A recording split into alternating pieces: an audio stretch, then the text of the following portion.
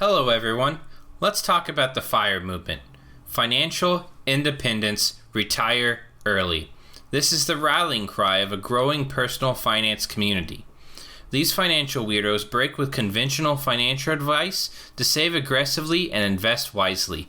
They seek to retire not at the ripe old age of 65, but much, much earlier. Some wholehearted followers retire as early as their early 30s. The FIRE movement has grown a lot in the last 5 years. A whole community has cropped up around the idea of becoming financially independent and retiring early. The movement is made up of believers who plan to spend way less than they earn. They then take that savings and pour it into investments. Typically, they invest in passive, low-cost, broad market index funds similar to VOO, a Vanguard 500 index fund, or VTI, a Vanguard Total Stock Market Index Fund. They invest with the purpose of quickly growing a nest egg that can cover their expenses.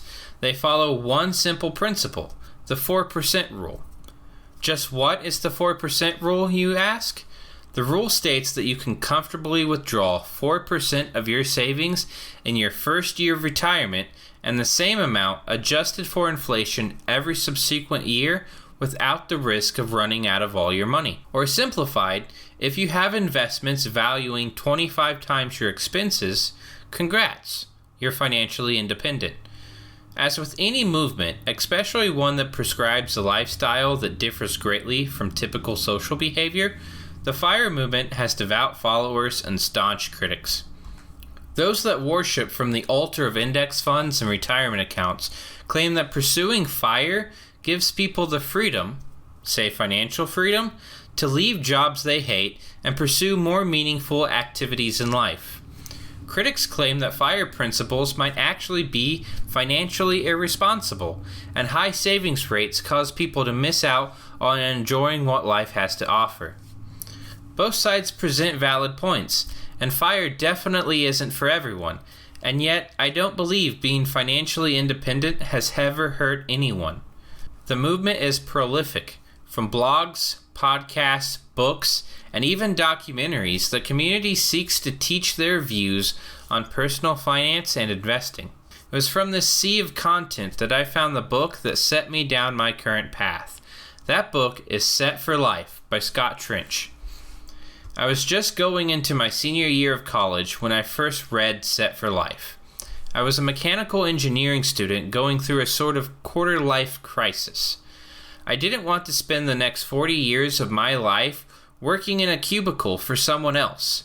At that time, I was working at an unfulfilling internship, living in an expensive city I could barely afford, and I was seeking a way out. I started to think a lot about financial independence. I knew that if I earned enough money and stashed a lot of it away, eventually, I wouldn't need to be tied to a job that left me creatively and emotionally drained, just so I could pay my bills. I could retire from that life. I didn't know how much money I would need to do it. I didn't know how long it would take to save it. Heck, I didn't even know how I would do it. All I knew was that I was determined to make it happen and would find a way to do it. Set for Life didn't convince me that this was possible. It took my unorganized thoughts and created a roadmap for achieving financial independence. Set for Life didn't just convince me that this was possible. It took my unorganized thoughts and created a roadmap for achieving financial independence. It taught me the principle of the 4% rule and wealth building. When I graduated from college, I took a job in a low-cost state in a career field that interests me.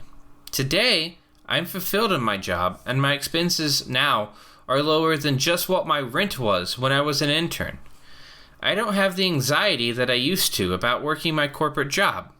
I am happy in the job, and I enjoy the work I do. I plan to continue working there even after I achieve financial independence. But I'm still pursuing FIRE, or at least the FI part. This is because I enjoy the flexibility that financial independence offers. Some people get too hung up on the retiring early, the RE part of FIRE. However, I don't believe that retiring early should be the main focus of someone chasing FIRE. and it isn't a goal of mine anymore. I mentioned I don't plan on quitting my job when I hit my F.I.R.E number. But even when I do retire from the corporate world, I plan on working in some capacity, even if it's just on my various passion projects, this YouTube channel being one of them. I want to be financially independent so that I am not tied to a job to provide for myself. I want to rest easy knowing that I can pay my mortgage payment regardless of what's going on in my career. F.I.R.E isn't a one-size-fits-all solution. There are several variations on the standard F.I.R.E protocol. Some people pursue lean F.I.R.E, in which they save up only 20 times their expenses. Their assets then give them the flexibility to work fewer hours or work at a lower paying but more fulfilling job until they reach their standard retirement. Others pursue fat F.I.R.E, 30 times their expenses, so that they have a higher safety margin or more freedom in their budgets. They would have less anxiety when unexpected expenses come up. There are other F.I.R.E protocols too that I won't go into here, such as coasting F.I.R.E or barista F.I.R.E. Personally, I'm pursuing none of these options. While I will consider myself to be financially independent once I hit my F.I. number of 25 times my expenses, I don't plan on ending my accumulation of assets at that point. I want to have the dividend income from my investments pay for all my expenses and not selling off assets to meet the 4% rule. As dividends typically grow over time, I can allow for lifestyle inflation. If my lifestyle inflates at a rate less than my dividend growth rate, this is a sustainable approach.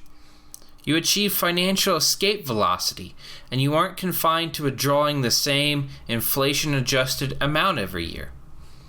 This type of lifestyle inflation is not baked into typical F.I.R.E principles, as F.I.R.E walkers typically sell assets to cover their 4% withdrawals. I don't want to sell my assets. I plan to never touch the principal. Instead, I want to pass the principal on as generational wealth to my family. And that is why I'm pursuing F.I.R.E. If you like this video, please like and subscribe down below.